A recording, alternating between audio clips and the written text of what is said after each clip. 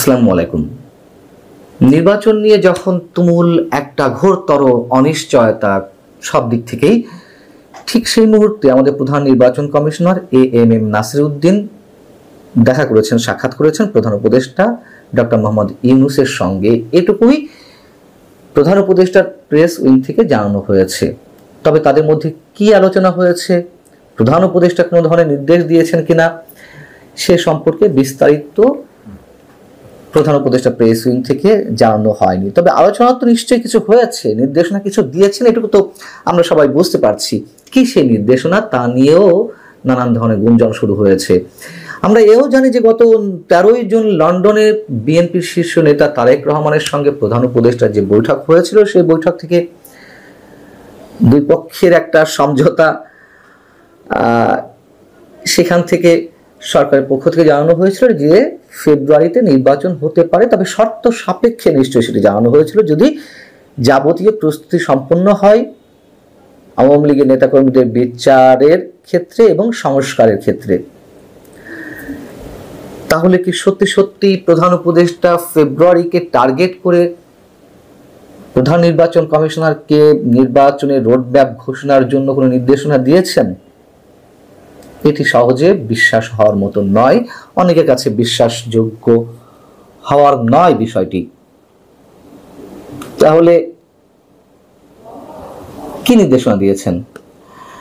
আমরা এও জানি যে জাতীয় সংসদ নির্বাচনের আগে স্থানীয় সরকার নির্বাচনের একটি পরিকল্পনা সরকার মোটামুটি নিতে যাচ্ছে, কোনো কোনো মহল থেকে জানা যাচ্ছে, কোনো কোনো সূত্র থেকে।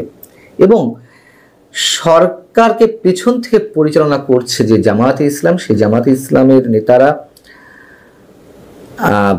বুধবার নির্বাচন কমিশনে কর্মকর্তাদের সঙ্গে দেখা করে তারা দাবি জানিয়েছেন যে ত্রয়োদশ সংসদ নির্বাচনের আগে অন্তর্বর্তী সরকারের অধীনে স্থানীয় সরকার নির্বাচন দিতে হবে।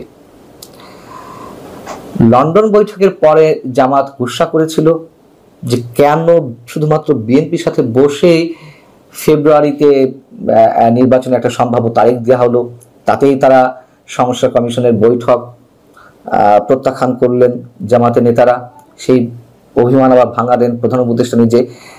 জামাত যখন এই পরিস্থিতিতে রয়েছে, এই অবস্থানে, এবং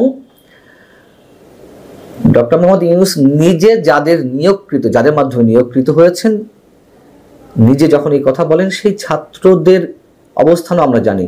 সেই জায়গা থেকে আসলে এটি মনে করার কোনো কারণ নেই যে তিনি ফেব্রুয়ারিতে নির্বাচনকে টার্গেট করে কোনো ধরনের রোড ম্যাপ আকার কোনো নির্দেশনা দিয়েছেন নির্বাচন কমিশনকে। এটি ভাবার কোনো কারণ নেই। তবে আন্তর্জাতিক চাপ বাড়ছে ডক্টর মোহাম্মদ ইউনূসের উপর, এই কথাও আমরা জানি। আমরা এই কথাও জানি যুক্তরাষ্ট্র এবং ইউরোপীয় ইউনিয়নভুক্ত রাষ্ট্রগুলো তারাও চায় না দ্রুত নির্বাচন হোক। তাদের নানান ধরনের এজেন্ডা রয়েছে, সেই এজেন্ডাগুলো বর্তমান সরকারের মাধ্যমে তারা বাস্তবায়ন করতে চায়।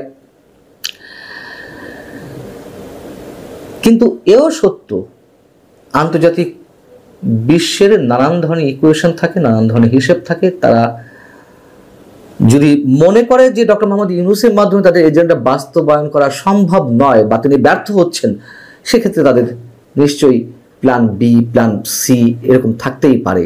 সেই জায়গা থেকে তারা নির্বাচনের জন্য আবার নতুন করে চাপ দিতেও পারে, অস্বাভাবিক কিছু নয়। তবে বিএনপির পক্ষ থেকে তো একটা উপরে চাপ রয়েছেই নির্বাচন কমিশনের প্রতি, যে তারা যেন রোডম্যাপ ঘোষণা করে। লন্ডনে যে কথাবার্তা হয়েছে, যে যৌথ সংবাদ সম্মেলন হলো, কিন্তু সেই যৌথ সংবাদ সম্মেলনকে কেন্দ্র করে সাংবাদিকদের প্রশ্নের জবাবে গত ঈদের ছুটির পরে যখন প্রথম অফিস করছিলেন প্রধান নির্বাচন কমিশনার সিসি এম আমিন উদ্দিনকে প্রশ্ন করা হচ্ছিল যে তিনি এই বৈঠকের পরে কোনো ধরনের রোডম্যাপ ঘোষণা করবেন কিনা, তখন তিনি বলেছেন, দেখুন এটি কিন্তু কোনো ধরনের কোনো সরকারি নির্দেশনা নয়, এটি সরকারি ঘোষণা নয়। যে বিবৃতি দেওয়া হয়েছে আর সবার মতন আমিও শুনেছি, কিন্তু এই শোনার উপর ভিত্তি করে নির্বাচন কমিশন কোনো ধরনের সিদ্ধান্ত নিতে পারে না। কথাটি খুবই যৌক্তিক। এবং তার কথার পরে বিএনপির স্থায়ী কমিটির সদস্য সালাউদ্দিন আহমেদ সরকারের প্রতি আহ্বান জানিয়েছিলেন যে সরকারের পক্ষ থেকে যেন ইসিকে নির্দেশ দেওয়া হয়, নির্বাচন কমিশনকে যেন জানানো হয় যে হ্যাঁ সরকার এমন একটি সিদ্ধান্ত নিয়েছে, সেই লক্ষ্যে যেন তারা কাজ করে। তাহলে কি হতে পারে? আমার একান্ত ব্যক্তিগত ধারণা, যেহেতু একটা চাপ রয়েছে, যেহেতু মানুষের প্রচন্ড রকমের অবিশ্বাস, সন্দেহ, সংশয় রয়েছে সরকারের প্রতি, এবং বিএনপিরও একটি প্রেস্টিজিয়াস ইস্যু যে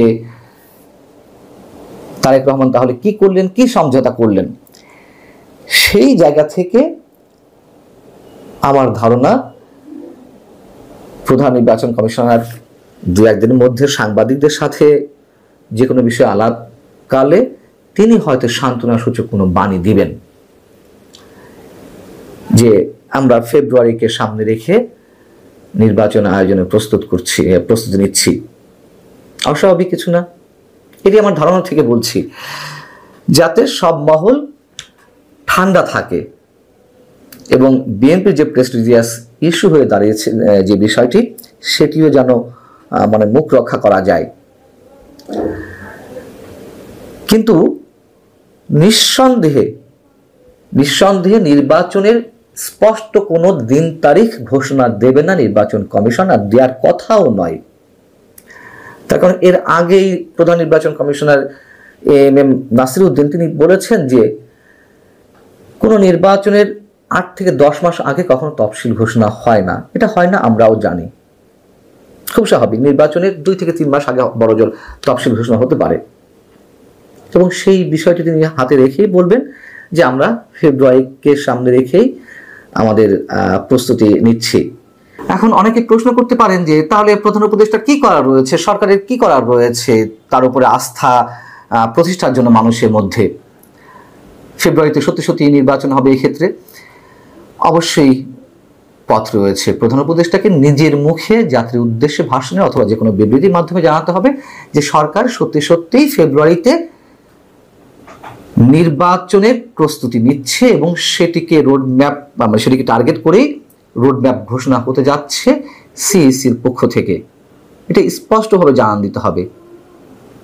কিন্তু যে সংস্কার প্রক্রিয়া চলছে সেগুলো তার এমনিতে চলছে না, নিশ্চয়ই তার নাটকের অংশ। এই নাটকগুলো তার এমনি হচ্ছে না, এবং ডিসেম্বরে নির্বাচন না হলে নির্বাচন 2026-এও হবে না, এরকম একটি ধারণা আমাদের অনেকের মধ্যেই প্রতিষ্ঠিত হয়েছে। এটাও সত্য। ভালো থাকুন সবাই। আল্লাহ।